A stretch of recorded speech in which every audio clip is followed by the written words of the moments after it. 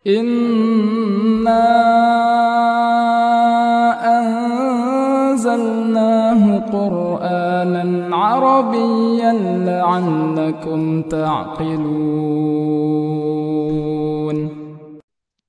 Bismillah, alhamdulillah, wassalatu wassalamu ala rasulillah wa ala alihi wa ashabihi wa man wala amma ba'du.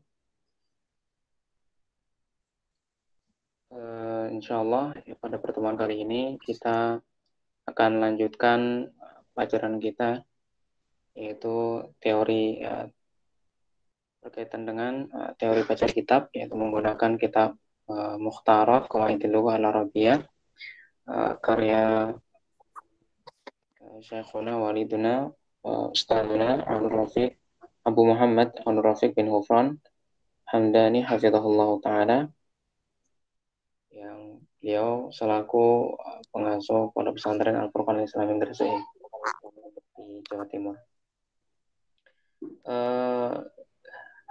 Kita lanjutkan saat ini pertemuan yang kedua ya.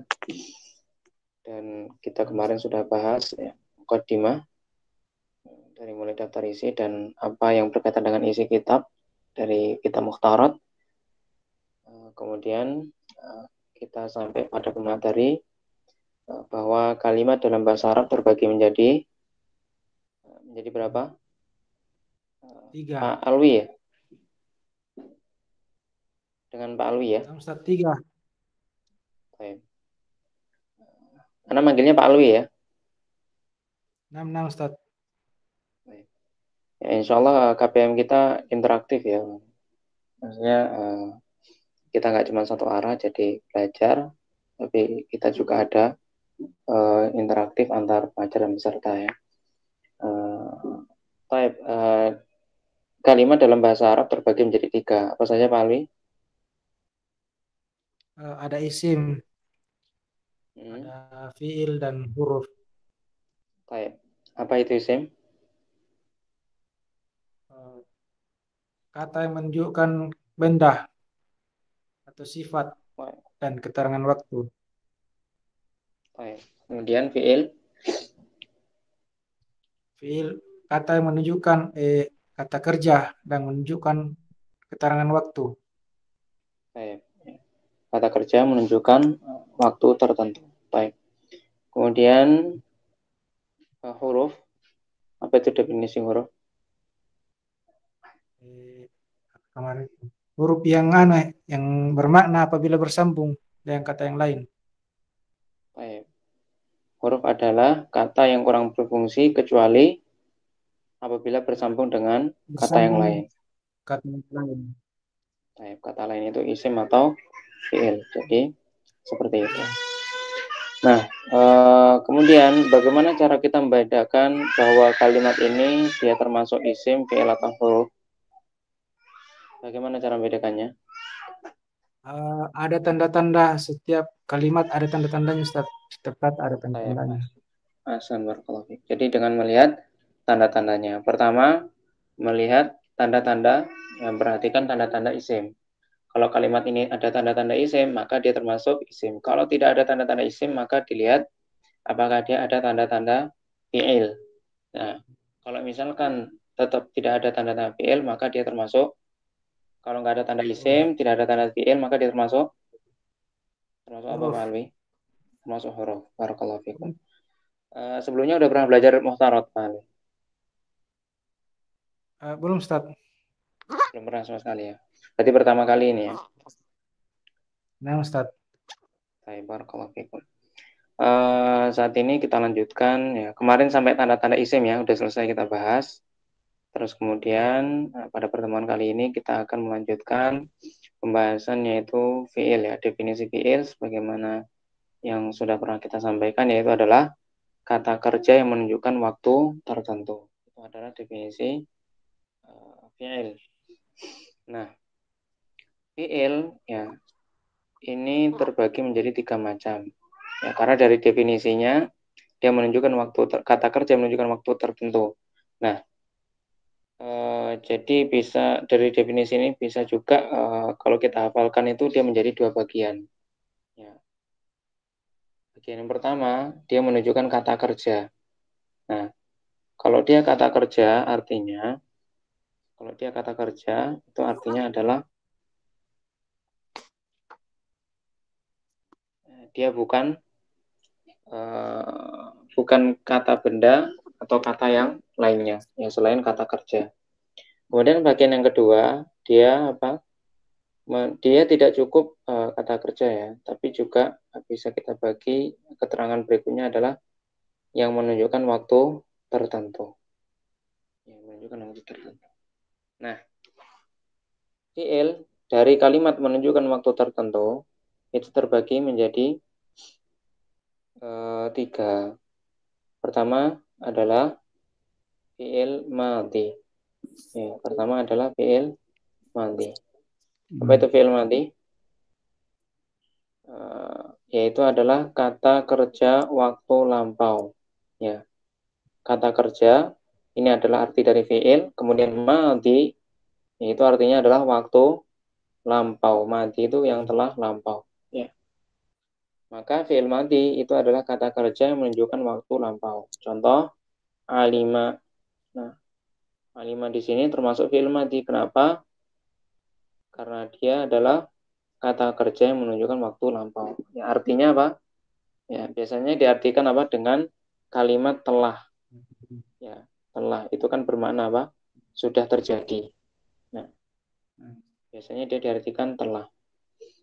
Yang artinya apa? Yang maknanya adalah sesuatu yang sudah terjadi. Maka alima di sini artinya ya, kalau kita lihat dalam kamus apa?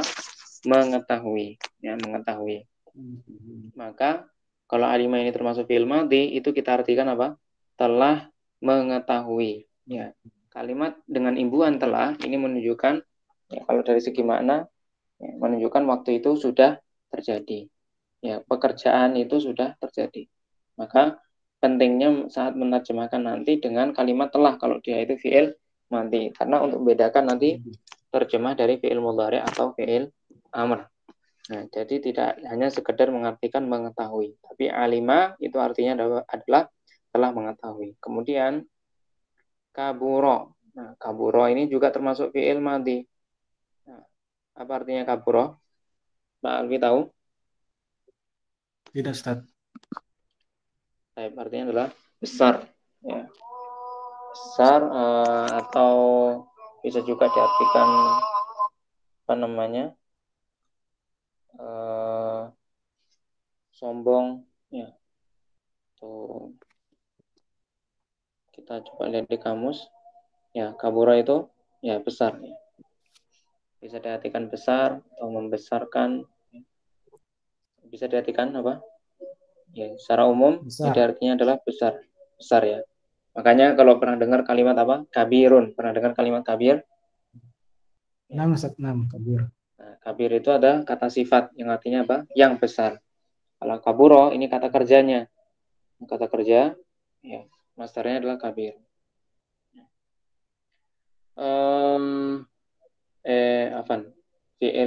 Fa'ilnya adalah kabir. Kalau masdarnya dari kaburo adalah kaburon ya mungkin.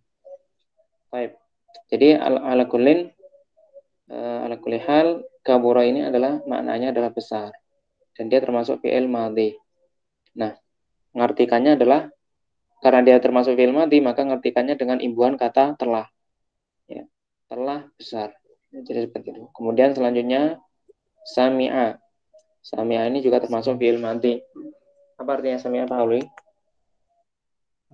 Mendengar, Ustaz. Ahsan barakallahu fiik ya. Jadi artinya mendengar. Nah, karena sami'a ini termasuk fi'il madhi, maka saat menerjemahkannya tidak hanya cukup dengan mengatakan mendengar, tetapi dengan bagaimana Pak Auli? Telah mendengar. Telah mendengar. Barakallahu fiik. Jadi seperti itu. Karena dia termasuk fi'il madhi, maka pengertiannya telah dengan mengimbuhan kata telah mendengar. Yang nanti akan membedakan dari dia itu fi'il mudhari atau fi'il amr. Ya. Bahwa artinya telah mendengar itu pekerjaan tersebut sudah terjadi. Kemudian contoh berikutnya kataba. Apa artinya kataba? Menulis. Menulis. Telah menulis. Ya, menulis. Saya telah menulis. Barakallahu. Ya, karena dia termasuk fi'il madhi. Kemudian jalasa. Telah duduk. Telah duduk. Barakallahu fiik. Ya. Jadi semua fi'il madhi, nah itu diartikan dengan imbuhan kata telah, yang maknanya menunjukkan bahwa pekerjaan tersebut sudah terjadi karena dia termasuk fi'il madhi. Barakallahu fiik. Kemudian, nah, jadi kenapa alimaka purosami'aka tabaran jalasa di sini dikatakan fi'il, fi'il ya, dikatakan fi'il. Itu ini mau sambil murojaah juga ya. Ya, kenapa tidak dikatakan isim atau huruf? Karena di sini tidak ada tanda-tanda isim. Ya. Dan di sini adanya tanda-tanda fi'il. Nah, kemudian apa tanda-tanda dia termasuk fi'il? Maka apa namanya?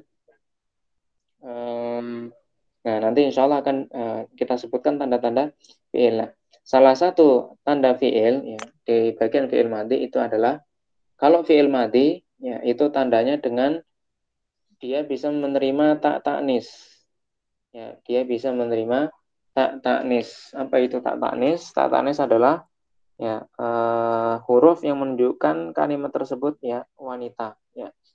Contohnya, misalkan langsung aja ke contohnya. Misalkan contohnya adalah di sini ada kalimat jalasa. Nah, ini kita coba dimasukkan tak taknis, yaitu tak maftuha. Bentuknya itu tak maftuha. Jalasat. Nah, jalasat di sini kan. Nah, jalasat. Nah, jalasat. Nah, kalimat tak di sini namanya tak taknis. Huruf ta ya, huruf tak di sini namanya tak taknis.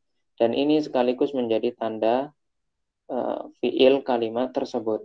Ya, tanda fiil. Jalasa di sini termasuk fiil dan dia adalah fiil madhi ya, kalau dibagi lagi. Kenapa? Karena dia bisa kemasukan tak taknis. Baik, kita lanjutkan. Baik, tadi sampai tanda fiil madhi ya, yaitu dengan apa, Malwi? Tak sukun. Tak sukun. Ya, tak sukun. Ya. Atau istilahnya tak taknis ya. Oh, 6/6.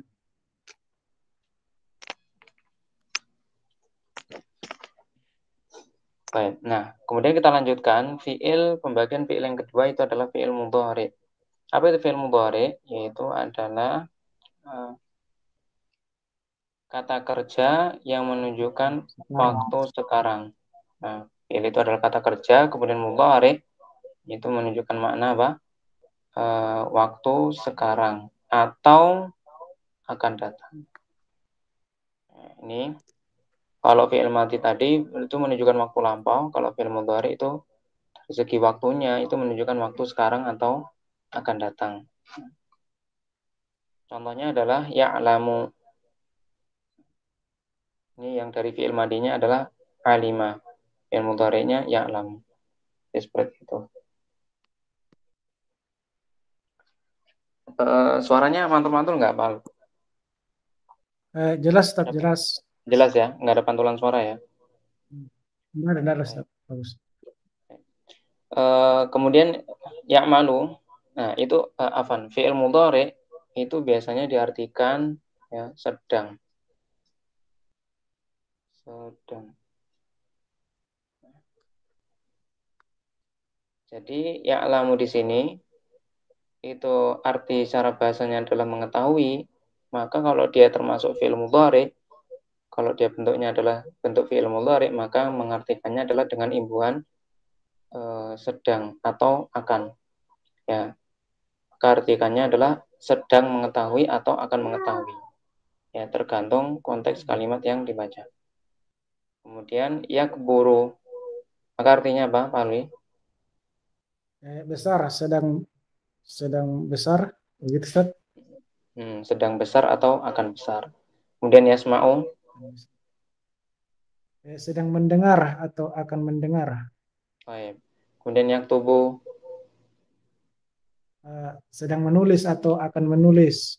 baik. Yajlisu, Sedang duduk atau akan duduk. baik. Barakallahu fiik. Nah, di fi'il mudhari di sini tanda yang menunjukkan dia fi'il adalah yang untuk membedakan antara dia itu isim atau huruf, maka tanda dari fi'il mudhari di sini itu adanya huruf mudhara'ah istilahnya. Ya, kalau yang fi'il madhi tadi tandanya adalah dengan tak taknis ya. Ini tak ini istilahnya tak taknis ya. Tak maftuha yang disukun. Ini namanya tak taknis. Tulisannya kelihatan ya, Pak Alwi? Iya, jelas Ustaz. Kemudian kalau fi'il mudhari yaitu adanya huruf mudhara'ah. Ini misalkan anak comot dari kalimat yajlisu ya. Anak comot kalimat yajlisu.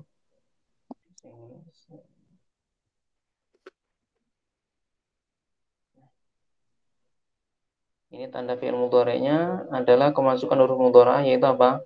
Ya. Nah, ya ini istilahnya huruf mudhara'ah yang menunjukkan dia itu fi'il mudhari'. Nah, huruf mudhara'ah itu apa aja? Ada 4. Ya. Ini istilahnya huruf mudhara'ah.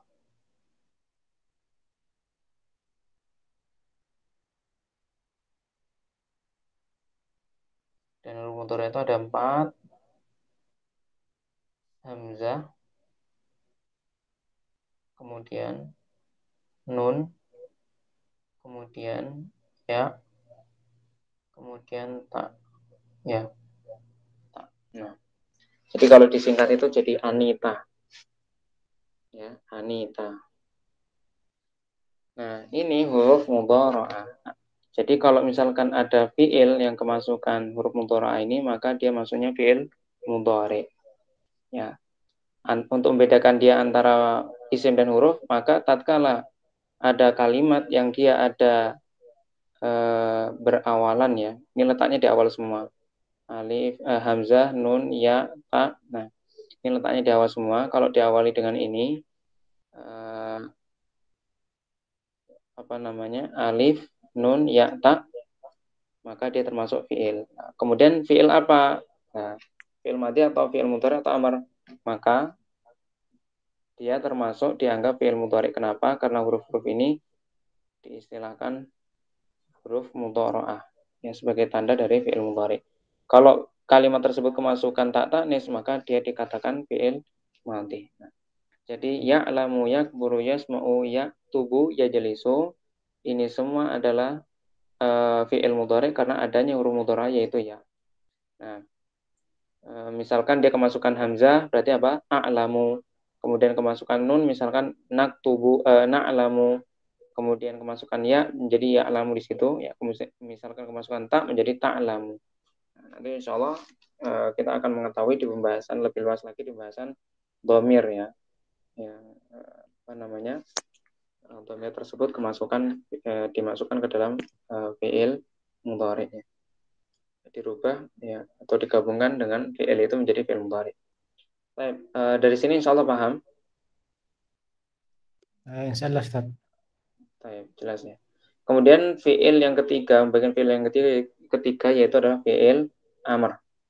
Nah, apa itu fi'il amr? Kata kerja perintah. Nah, kata kerja perintah. Fi'il madhi, fi'il mudhari itu kan ada kalimat menunjukkan waktu. Kalau fi'il madhi itu kan ya sebagaimana definisi fi'il ya. Kata kerja menunjukkan waktu tertentu. Nah, kemudian fi'il madhi itu menunjukkan waktu lampau. Kemudian fi'il mudhari kalau ditinjau dari waktunya menunjukkan waktu sekarang atau akan datang. Nah, kalau fi'il amr ditinjau dari waktunya menunjukkan waktu kapan nih? Perintah berarti akan datang Ustaz. Akan datang. Nah, atau setelah dilakukannya perintah ya. Jadi itu kata kerja perintah. Nah, contohnya di sini misalkan i'lam. Apa i'lam artinya? Apa perintah untuk mengetahui? Nah, berarti diartikan seperti apa? Kalau ya'lam, kalau alima tadi telah mengetahui, ya'lamu sedang mengetahui, i'lam berarti artinya? Ketahuilah. ketahuilah. Kemudian unsur, Unsur. Unsur apa Ustaz? kalau fi'il madinya itu nasoro. Fi'il mudhari'nya yang suruh kalau pernah dengar. Pernah Ustaz. Nasoro apa Tolonglah. artinya? Nah, unsur tolonglah. Tolonglah. Baik, barakallahu fiik. Isma, Isma, dengarkan, dengarlah. baik. Kuktub, Tulislah. baik. Ijlis, Duduklah. baik. Jadi barakallahu fiik. Jadi seperti itu ya. Nah, dia ditinjau dari segi waktunya menunjukkan waktu yang akan datang karena dilakukan setelah perintah. Dan fi'il mudhari ya, fi'il amr ini sebenarnya ya dirubah dari fi'il mudhari'nya. Misalkan contohnya i'lam. Nah, i'lam ini asalnya adalah ya'lamu. Ya'lamu kemudian menjadi huruf mudhari'nya dibuang ya menjadi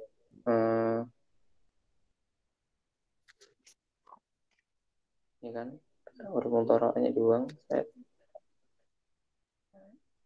ya'lamu kemudian ya'lam ya nah misalnya ainnya disukun ya berarti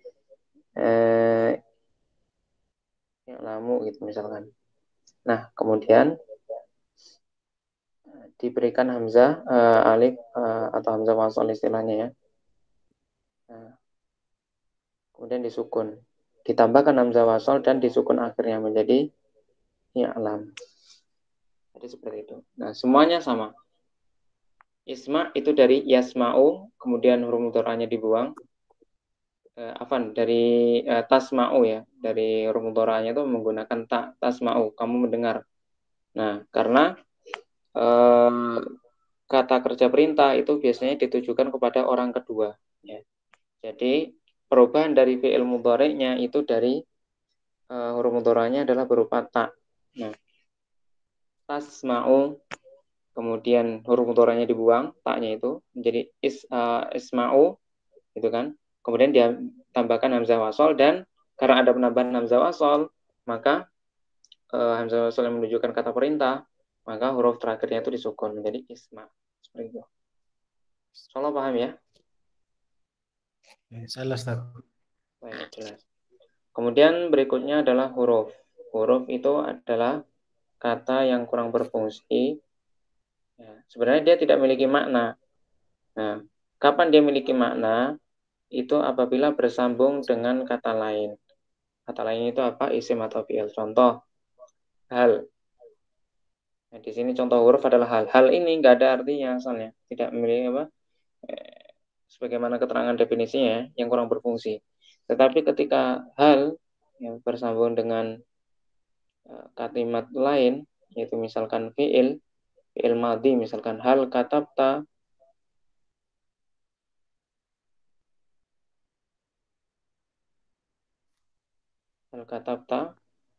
maka artinya menjadi apakah kamu telah menulis. Nah, jadi seperti itu. Kemudian wa di sini biasanya dia fungsinya sebagai huruf athof. Kemudian thumma juga biasanya sebagai huruf athof. Kemudian inna itu dimiliki amalan khusus ya. Insya Allah nanti juga belajar ya ini termasuk huruf inna. Kemudian au ini juga termasuk huruf qad. Nah, qad ini termasuk huruf na. Qad dan saufa di sini ada huruf qad dan saufa. Ini juga merupakan huruf yang juga sekaligus bisa menjadi tanda dari fiil. Ya, fiil mudhari. Jadi salah tadi ketika membahas fiil mudhari yang termasuk tandanya dari fiil mudhari adalah kemasukan huruf mudhara'ah. Tanda yang lain dari fiil mudhari itu adalah apa? Didahului oleh qad dan saufa. Didahului oleh qad dan saufa. Misalkan ada kalimat qad ya'lamu.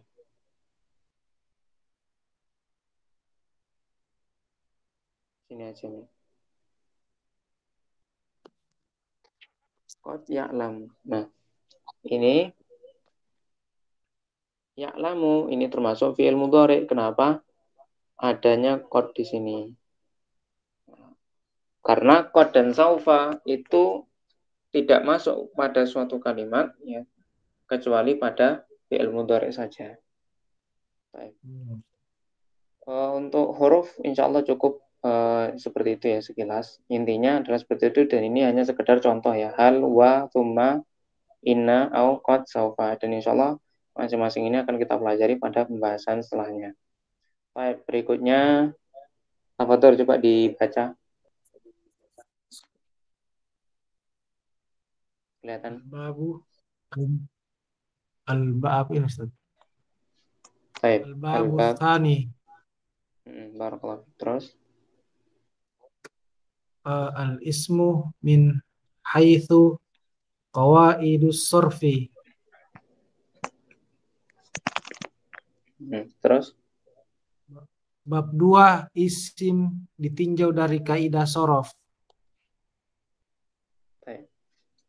Kaidah sorof Kemudian adalah kaidah khusus pada pembentukan kata dan perubahan baik karena pengurangan atau perubahan huruf.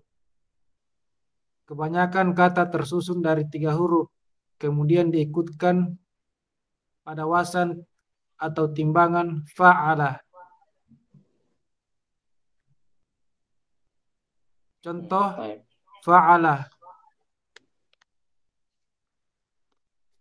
jalasah, fa'ilah, syaribah, fa'ulah, karumah, fa'alah, dakkoh,